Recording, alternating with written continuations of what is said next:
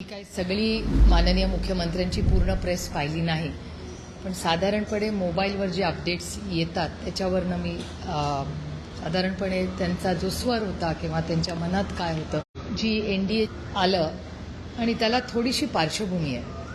त्यांनी एक गोष्ट सातत्याने माननीय मुख्यमंत्र्यांनी सांगितली की विरोधी पक्ष हा महिला विरोधी आहे.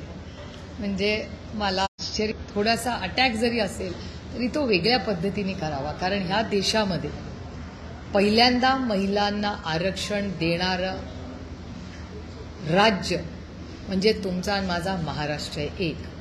त्यावेळीच माननीय मुख्यमंत्री आदरणीय शरदचंद्र पवार होते.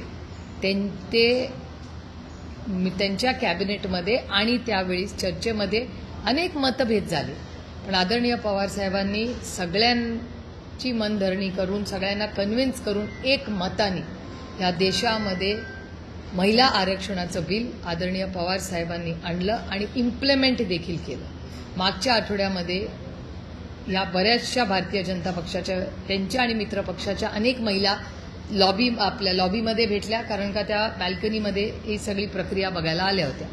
आणि त्यातली प्रत्येक महिला मला म्हणाली की आम्ही आदरणीय पवार साहेबांचे मनपूर्वक आभार मानतो की त्यांच्यामुळे आम्हाला संधी मिळाली, आम्ही निर्णय प्रक्रियेत आलो. हा पहिला मुद्दा.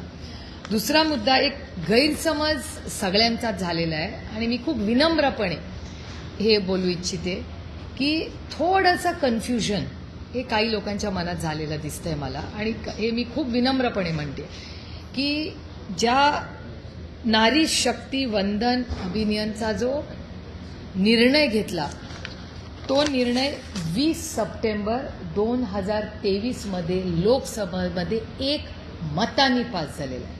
मी रिपीट करते, नारी शक्ती वंदन अभियान 20 सप्टेंबर 2023 मध्ये एक मताने लोकसभेत पास झाला, 21 तारखेला राज्यसभेत पास झाला आणि 28 सप्टेंबर 2023 मध्ये प्रेसिडेंटनी तो नोटिफाय केला. म्हणजे नारी शक्ती वंदन अभियान हे बिल युनॅनिमसली एक मताने पार्लमेंटनी पास केलेलं आहे. त्याची अंमलबजावणी 2024च्या लोकसभेत करणं आम्हाला अपेक्षित होतं. आणि आजही मी विनम्र विनंती करते, जी आम्ही ऑलरेडी पार्लमेंटमध्ये फ्लोअर ऑफ द हाऊसवर केलेली आहे ऑफिशियली पार्लमेंटमध्ये, की ह्या क्षणी तुम्ही ह्याचं इम्प्लिमेंटेशन करा. 543 मधल्या 33% महिलांना आरक्षण तुम्ही लगेच द्या. आम्ही पूर्ण त्याच्यासाठी तयार आहोत. आमचा आग्रह आहे, आज आणि उद्या नाही, कालच हे करायला पाहिजे होतं. त्याच्यामुळे माननीय मुख्यमंत्र्यांना मला खूप विनम्रपणे विचारायचं आहे की जर 2023 मध्ये आम्ही बिल पास केलंय तर आपण आता 2026 मध्ये आहोत. 24, 25, 26 अडीच वर्ष झाली हे बिल पास करून. ह्याची अंमलबजावणी आत्ताच्या तत्कालीन भारत सरकारने का नाही केलेली? त्याच्यानंतर एवढी इलेक्शन झालेल्या बिलावर परत चर्चा कसली? कारण का हे बिल महिला आरक्षणाचं बिल नव्हतंच, हे बिल डिलिमिटेशनचं होतं. त्यामुळे कॉन्स्टिट्यूशन अमेंडमेंट जे करायचं होतं नारी शक्ती 33%च्या आरक्षणाबद्दल, ते आम्ही 3 वर्षापूर्वीच एक मताने केलंय आणि विरोधाचा विषय येतोच कुठे. आणि असं म्हणणं आहे मुख्यमंत्र्यांचं की याच्यापूर्वी ज्यावेळेला राज्यांमध्ये डिलिमिटेशन झालं होतं, ते डिलिमिटेशन करून त्यांची प्रत्यक्ष अंमलबजावणी करण्याला जवळपास 8 वर्षाचा कालावधी लागला होता. 2023ला जे विधेयक पास झालं, सर्वानुमते पास झालेलं होतं, त्याच्या इम्प्लिमेंटेशनसाठी बराच कालावधी लागणार होता. आणि त्यावेळेलाच डिलिमिटेशन सुद्धा करण्यात येईल किंवा जनगणना झाल्यावर हे लागू होईल, हे त्यावेळेला 2023ला सांगितलं गेलेलं होतं. मग आता विरोध का करतायत? विरोध 2 गोष्टी आहेत. माननीय मुख्यमंत्री त्या डिबेटमध्ये नव्हते, कारण का ते राज्यात होते. आम्ही पार्लमेंटमधल्या डिबेट्सची मी माहिती सांगते तुम्हाला, कारण 2-3 गोष्टी आणि त्यात झालेले बदल तुम्हाला सांगते. ही क्रोनॉलॉजी तुम्हाला माहिती असली पाहिजे. त्यावेळेस असं ठरलं होतं की डिलिमिटेशन आणि सेन्सस ह्या दोन्ही गोष्टी याची चर्चा त्या बिलामध्ये आहे. पण सेन्सेस कुठला? तो येईल तो सेन्सेस ना. मग भारत सरकारने शब्द दिला होता ती सेन्सेस करणार. त्याच्यानंतर मागणी केली की जातीय जनगणना करा, हा शब्द केला आणि जातीय जनगणना सुरू झाला पाहिजे. गेल्या 3 माझी स्वतःची बजेटमधली भाषणं काढून बघा, त्याच्यात कास्ट सेन्सससाठी, जातीय जनगणनेसाठी तुम्ही पैसे दिलेले नाहीत, हे मी वारंवार केंद्र सरकारच्या बजेटच्या भाषणामध्ये बोलते. मग मला सांगा, जर तुमचं सरकार गेले 12 वर्ष आहे, मागणी झालेली आहे, तुम्ही कास्ट सेन्सससाठी हो म्हणलेला आहात, मग सेन्सस वेळेवर सुरू केलं का नाही? तुम्हाला जर माहिती होतं की महिला आरक्षण, डिलिमिटेशन या सगळ्या गोष्टी, कास्ट सेन्सस आपल्याला टाइम बाउंड मॅनरमध्ये करायचं, एवढं मोठं तंत्रज्ञान आणि यंत्रणा आहे, जर आधारसारखा मोठा कार्यक्रम हा देश घडवू शकतो, तर मग ह्या सगळ्या गोष्टी का नाही भारत सरकार करू शकत? कारण का त्याची इच्छाशक्तीच नव्हती करण्याची. दुसरी एक गोष्ट मला तुम्हाला सांगितली पाहिजे की जेव्हा आता ही एक गोष्ट वारंवार चर्चेत येते, माननीय मुख्यमंत्री म्हणाले की नाही मला माहिती नाही, पण आम्हाला जेव्हा मागच्या सेशनमध्ये, एक तर ह्या सेशनचं टायमिंगची गरज काय, म्हणजे सगळी 4 राज्यात इलेक्शन चाललं होतं, तातडीने सगळे कामं सोडून त्या सेशनसाठी गेले, क्या पाया? राज्यसभाचं 3 दिवस उगत चालली. एखाद्या दिवस आम्ही पेट्रोल डिझेलचा भाव वाढला, सिलेंडरचा भाव वाढला आणि आंदोलन केलं, तर आम्हाला चेअरवरनं सांगण्यात येतं करोडो रुपयाचं नुकसान होतंय, कशाला तुम्ही पैसे वाया घालवताय? हाच प्रश्न आज मला भारत सरकारला विचारायचा आहे की 3 दिवस राज्यसभा चालली, 3 दिवस लोकसभा चालली, क्या पाया? काय गरज होती करोडो रुपयाचा चुराडा करायची? त्याच्याऐवजी आज वेस्ट एशियामध्ये जो क्रायसिस चाललाय त्याच्यावर का नाही स्टेटमेंट भारत सरकारने केलं? सिलेंडरचे जे इश्यूज तुमच्या सगळ्या चॅनलवर चालतात, महागाई वाढली आहे, बेरोजगारी वाढली आहे, महिलांच्या होणारे महाराष्ट्राचे अत्याचार वाढले, महिलांच्यावर अत्याचार वाढल्यानंतर आज अनेक गोष्टी आहेत. सगळीकडे विशाखा कमिटी आहे का? हा एक पहिला मुद्दा महाराष्ट्रात आज अतिशय महत्त्वाचा आहे. महिला कमिशन, तुम्हीच आत्ता म्हणल्या की दिल्लीवरनं महिला कमिशनच्या महिला आज आल्या होत्या, मग महाराष्ट्रात महिला कमिशनला आहे का कोणी? आता ती जागा रिक्त आहे, म्हणजे विशाखा कमिटी सगळ्या झाल्या आहेत का? माहिती नाही. आज महिला आयोगाला अध्यक्ष महाराष्ट्रात आहे का? देशाच्या आल्या होत्या, आनंदाची गोष्ट आहे, पण महाराष्ट्राला स्वतःची नको का एक महिला आयोग? एवढं जर महिलांचे अत्याचार वाढत असतील, महिला पोलीस ह्यांच्यासाठी तुम्ही काही वेगळं करताय का? त्याचं पेट्रोलिंग वाढवताय का? त्यांच्यासाठी त्यामध्ये गुलाबी गाड्या आल्या होत्या, त्या तुम्हाला कुठे दिसतात का? हो, मला तरी दिसत नाहीत कुठे. केवढा गाजावाजा करून इलेक्शनच्या आधी एवढ्या त्या गुलाबी गाड्या, आम्ही पण गेलो तो फ्लॅग ऑफ बघायला, आम्हाला अभिमान आहे. ठीक आहे ना, विरोधात असलो म्हणून चांगल्याला चांगलं म्हणावं. जेव्हा माननीय मुख्यमंत्री चांगल्या गोष्टी करतात आम्ही करतो ना कौतुक, ही लोकशाही आहे. पत्रकार परिषदेमधला एक महत्वाचा मुद्दा आहे, त्यांनी युपीएला एक दाखला देत असं म्हटलेलं आहे, 29ला महिला आरक्षण लागू झालं असतं, मात्र डिलिमिटेशन लागू झालं नसतं असं माझं म्हणणं आहे की डिलिमिटेशनचा आणि महिला आरक्षणाचा संबंध काय? नाही, त्यांचं असं म्हणणं आहे की विरोध तुम्ही केला 29ला लागू होणार म्हणून. ते जुना दाखला देत म्हणतात लागू होणारच. माझा आदरणीय माननीय मुख्यमंत्र्यांना एक विनम्र प्रश्न आहे की डिलिमिटेशनचा आणि महिला आरक्षणाचा संबंध काय? काय संबंध मला सांगा ना. तुम्ही एक विधेयक आणलं महिलांना आरक्षणाचं, 543 करून टाका, आत्तापर्यंत झालं असतं. मग मला कळलं असतं की माझा मतदारसंघ आरक्षित आहे का नाही, बारामती लोकसभा महिला आरक्षित आहे का नाही, आत्तापर्यंत कळलं असतं ना. डिलिमिटेशनमध्ये तुम्ही का घालताय? तुम्ही 543चा निर्णय तत्कालीन का नाही घेतला? कोणी थांबवलं या सरकारला? आमची तयारी आहे. आणखीन एक थोडंसं क्रोनॉलॉजीमध्ये तुम्हाला परत मागे नेते. आम्हाला जेव्हा बोलवण्यात आलं तेव्हा आम्हाला सांगण्यात आलं की 50% सीट्स आम्ही प्रत्येक राज्यात वाढवणार. मग त्याचं काय झालं? ते बिलात का नाही आलं? एवढं तुम्ही सेशन बोलवलं, सेशनच्या आधी अनेक गोष्टी आम्हाला सांगण्यात आल्या, मग त्या का नाही बिलात आल्या? एवढं सेशन बोलवलं, त्याच्या आधी मीटिंग्स घेतल्या सगळ्या विरोधी पक्षाबरोबर. इथे एक वेस्ट एशियामध्ये क्रायसिस चाललंय, तुमच्या सगळ्या चॅनल्सवर रोज दाखवत आहेत की आपल्याच एका बोटीवर अटॅक झाला, आपले लोक जगभरात अडकले, तिथे बॉम्ब फुटतोय. अरे चाललंय काय? एकीकडे 4 इलेक्शन चालली आहेत, एकीकडे तेलाचा भाव कुठपर्यंत पोहोचलाय, गगनाला टेकतो, आणि तुम्ही महिला आरक्षण आणून त्याच्यात प्लॅनिंग पण नाही, न डिलिमिटेशन ना कास्ट सेन्सेस, ह्याच्यावर कुठली चर्चा नाही. अखिलेश यादवजी जेव्हा ओबीसीची मागणी केली, कुठे उत्तर होतं भारत सरकारकडे?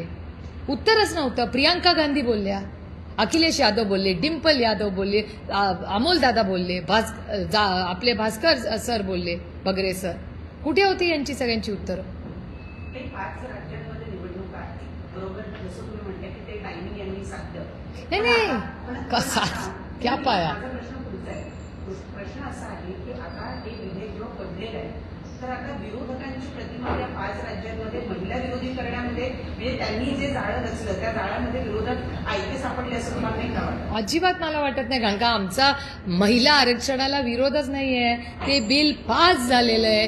तुम्ही काय प्रश्न विचारताय माहितीये का, की मी 12वीला आहे आणि तुम्ही मला सांगताय ताई तुमचं 10वी तुम्ही 10वीच्या परीक्षेला बसले नाही. अहो मी 12वीला कशी पोहोचले असते जर 10वीची परीक्षा दिली नसती तर.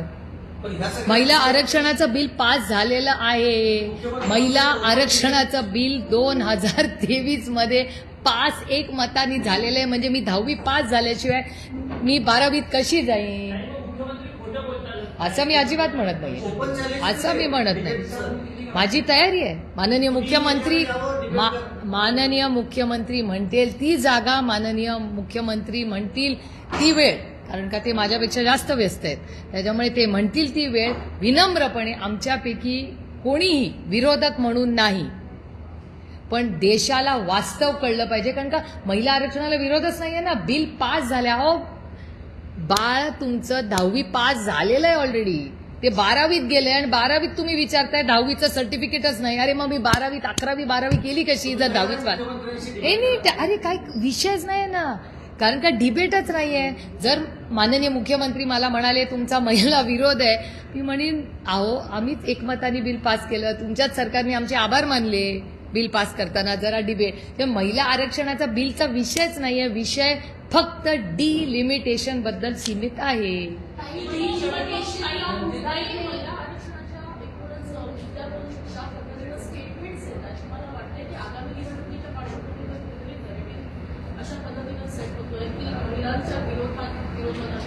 कशी महिला विरोधात सांगा ना मला.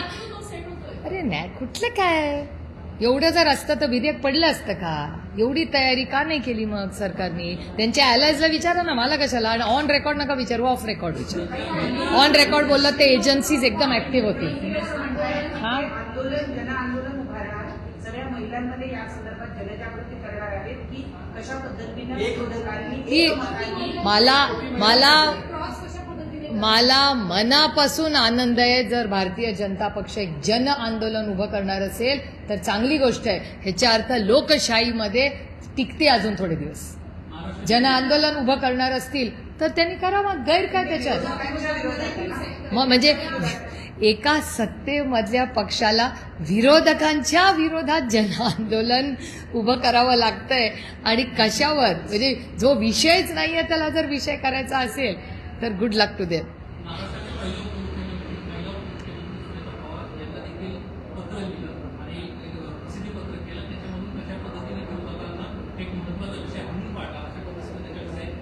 हो ही लोकशाही आहे. प्रत्येकाला काय पण बोलायचा अधिकार आहे. आपण त्या गोष्टीला वास्तवतेपासून दूर असेल तर काय करू शकतं माणूस. म्हणजे मला अजूनही विश्वास बसत नाहीये की जे विधेयक पास झालंय ते मूल 10वी पास झालेलं आहे ऑलरेडी. तुम्ही परत कुठे त्या 10वीच्या परीक्षेला बसवताय? जे पास झाले ते झाले ना. काही डिलिमिटेशनचा जो मुद्दा आहे, जेव्हा तुमचं सरकार होतं महाविकास आघाडीचं, तेव्हा महापालिकेच्या प्रभाग रचनेचा देखील विषय आला होता. तेव्हा भाजपने विरोध केला होता. तुमचं म्हणणं येत होतं की सेन्ससच्या आधारे म्हणजे आता पॉप्युलेशन तर वाढलं आहे तर प्रभाग रचना देखील वाढल्या गेल्या पाहिजे होत्या, मात्र त्याला भाजपने विरोध केला होता. त्याचे विरोधक होते. आम्हाला भारतीय जनता पक्षाच्या दुटप्पीपणाची सवय झालेली आहे. मी पार्लमेंटमध्ये रोज बघते ते, त्यामुळे मला काही नवीन वाटत नाही. एक दुसरा, तुम्ही हा पुण्याचा विषय काढलाच आहे म्हणून एक सांगते. मला एक सांगा, डिलिमिटेशनबद्दल राष्ट्रवादी काँग्रेस पक्ष, अजित पवार गट यांनी पुण्यामध्ये तुमच्याच चॅनलवर दाखवलेली बातमी आहे की किती विरोध केला होता. दत्ता धनकवडेचं उदाहरण मी तुम्हाला नाव घेऊन देते. दत्ता धनकवडेंच्या वॉर्डमध्ये दत्ता धनकवडेंनी तुमच्या चॅनलवर किती विरोध केला होता डिलिमिटेशनला. पुण्यामध्ये सगळ्यांचं म्हणणं होतं की पाहिजे तसे वॉर्ड ह्यांनी पाहिजे तसे फोडले, त्याला काही नियम कायदा लागू झालेला नाही. सगळे कोर्टात गेले, कुणाला न्याय मिळाला. आणि ही फक्त पुणे म्युनिसिपल कॉर्पोरेशनचं एक उदाहरण मी तुम्हाला देते. अशी राज्यात देशात उदाहरणं आहेत. आणि जर सगळेच लोक विरोधात आहेत, आम्ही चर्चेला बसायला तयार होतो. आजही आमचं म्हणणं आहे, आज सेशन बोलवा, आम्ही सगळे कामं सोडून जातो दिल्लीला. 543 मध्ये करून टाका ना अंमलबजावणी. प्रॉब्लेम काय? सभागृहात विरोध झाला. आपण म्हणावं तसं जसं दक्षिणेकडच्या राज्यांनी विरोध केला किंवा स्टॅलिन यांच्यासारख्या नेत्यांनी, तसं महाराष्ट्रामध्ये प्रामुख्यानं तसा विरोध दिसला नाही, सभागृहात झाला. नाही त्यांच्याकडे अहो पण त्यांच्याकडे इलेक्शन चालू आहे, माहोलच वेगळा आहे आपलं. आणि आम्हाला माहिती होतं ना डिलिमिटेशन पासच होणार नाही, आणि महिलांचं बिल आम्ही पास केलंय ना.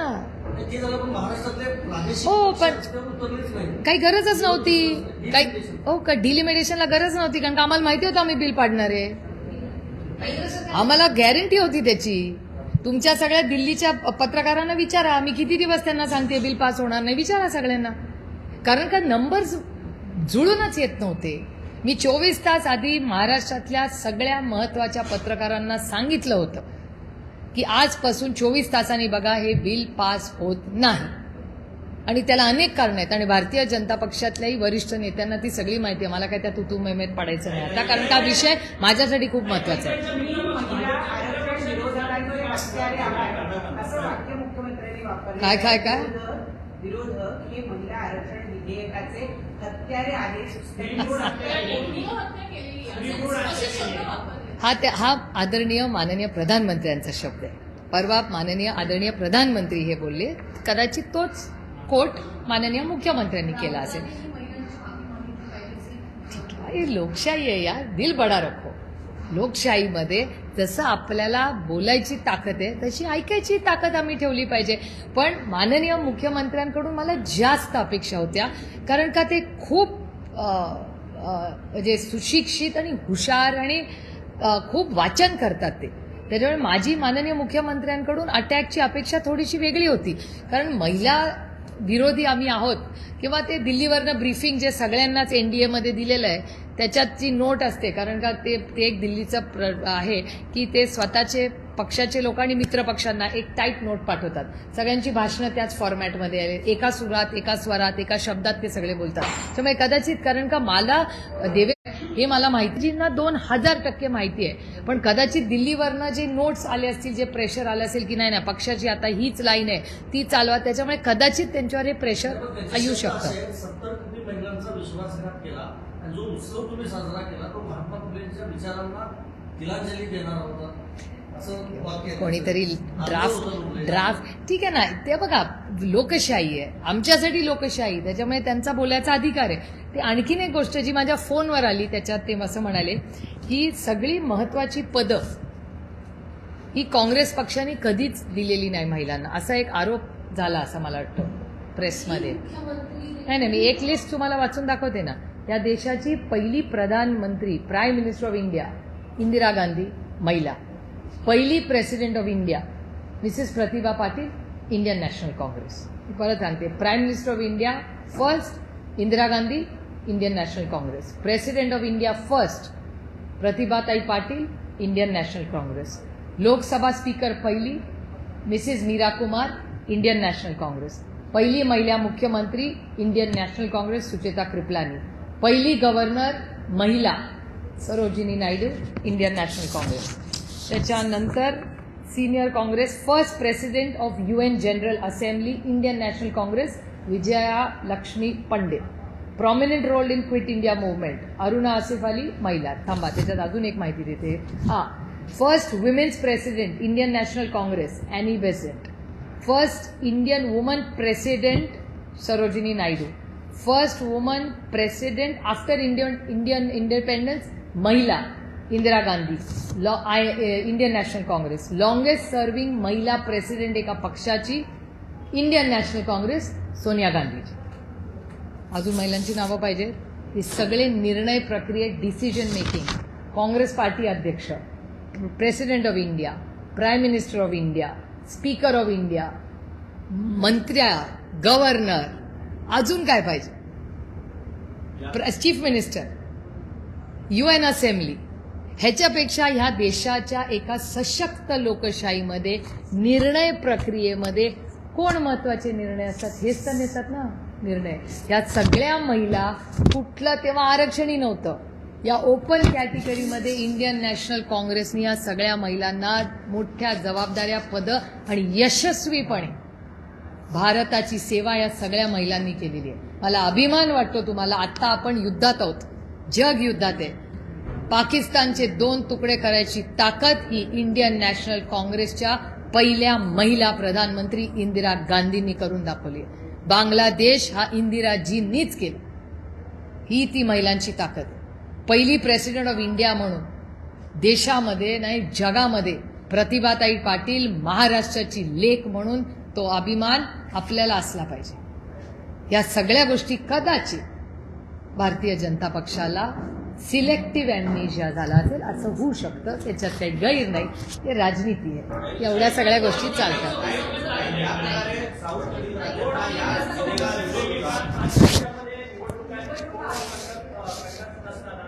प्रधानमंत्री भाषण देतात आहेत सगळीकडे या सगळ्या संदर्भात पत्रकार परिषदा होतात. हो ठीक आहे ना, त्यांनी यंत्रणा चालवली आहे दिल्लीवरनं, सगळ्यांना सांगितलंय करा. ठीक आहे ना, what is wrong with it. लोकशाहीमध्ये थोडंसं आंदोलन वगैरे, आणि मला आनंद एका गोष्टीचा वाटतोय. हां, आणखीन एक माननीय मुख्यमंत्री म्हणले, ते म्हणजे माझ्या फोनवरचं मी सांगते जे काय पार्ट्समध्ये मी पूर्ण नाही त्यांचं बघितलं, पण 2-4 महत्त्वाचे मुद्दे जे ऐकलेले हे तर हे महिला प्रक्रिये, मी त्याला डिटेल त्याचं उत्तर तुम्हाला दिलेलं आहे आणि फॅक्च्युअल. माननीय मुख्यमंत्री असं म्हणाले की पक्षामध्ये 33%, आता जर एवढंच भारतीय जनता पक्षाला महिलांच्या न्याय द्यायचा आहे तर 50% सीट त्यांनी भारतीय जनता पक्षाला पुढच्या लोकसभेत 50% द्या, 33 कशाला, 50% सीट द्यावा. त्याच्यावर माननीय मुख्यमंत्री असं म्हणाले की असं करणं शक्य नाही आहे, कारण तृणमूल काँग्रेस करू शकते, ममता बॅनर्जी करू शकतात, तर भारतीय जनता पक्ष पण करू शकते ना. कळला हा विषय, कळला ना तुम्हाला. 33% आरक्षण आम्हाला उगाच नाही म्हणण्यापेक्षा पार्टी विदिन पार्टी द्या तुम्ही. एवढं त्यांचं आंदोलन वगैरे करायचं आहे तर त्याच्यावर माननीय मुख्यमंत्री असं त्यांच्या प्रेस कॉन्फरन्स म्हणले की विरोधात दुसरं कोणी असेल तर अडचण काय फरक पडतो. एकदा आपण एक मोठा सोशल चेंज करायचा निर्णय, जो होगा सो होगा, सत्ता गेली तरी चालेल, पण आम्ही आमच्या भारतातल्या महिलांना संधी देणार, कम व्हॉट मे. काय हरकत आहे ती लाईन घ्यायला, सगळ्याच पक्षांनी घ्यावी, माझं काय म्हणणं नाही. मागणी करायला आम्ही 33% आरक्षण महिलांसाठी ऑलरेडी पास केलेलं आहे. त्याची आम्ही सत्तेत असतो तर आतापर्यंत अंमलबजावणी करून आम्ही कामाला लागलो असतो. कुठल्या सिच्युएशनमध्ये सगळ्या विरोधकांचं एकमत होईल आणि महिला आरक्षण हे 2029ला लागू होईल, आमचं काय पॅरामीटर असतील असं तुमचं म्हणणं आहे? आमचं ऑलरेडी एकमत आहे. आम्ही 2023 मध्ये बिल पास केलेलं आहे. मी पुन्हा सांगते, प्लीज कन्फ्यूज होऊ नका. सिंपल आहे. मूल 12वीत आहे, तुम्ही 10वी पास झालं का नाही प्रश्न विचारताय. 10वी पास झाल्याशिवाय मूल 12वीत जाणार कसं. तसंच 2023 मध्ये आम्ही महिला आरक्षण बिल एक मताने आम्ही सगळ्यांनी हे पास केलेलं आहे. अंमलबजावणी करायचा अधिकार हा सरकार आणि इलेक्शन कमिशनचा असतो, त्यांनी तो तातडीने करावा. आम्ही त्या दिवशी ही विनंती केली होती, आज नोटिफाय करून 543 मध्ये करून टाका. It's already done. का सरकार निर्णय घेत नाही मला कळत नाहीये. तो ball is not in our court, ball is in government's court. त्याच्यामुळे जेव्हा हे आंदोलन करताय मला आदर, ते आंदोलन महिलांच्या बाजूनी नाहीये, ते डिलिमिटेशनमध्ये सीट वाढवत नाहीये, त्याच्यात त्यांचं 2/3 झालं तर मग ते संविधान बदलू शकतील. अब की बार 400 बार बदलेंगे संविधान, हे त्याच्या मागचं मोठं षडयंत्र आहे. त्या सीट्स वाढवण्याच्या मागचं हे षडयंत्र आहे. ह्याच्यात आमच्या बिचाऱ्या कष्ट करणाऱ्या मेरिटवर असणाऱ्या महिला आरक्षणाच्या बिलचा काही संबंध नाही, कारण का ते बिल ऑलरेडी पास झाले.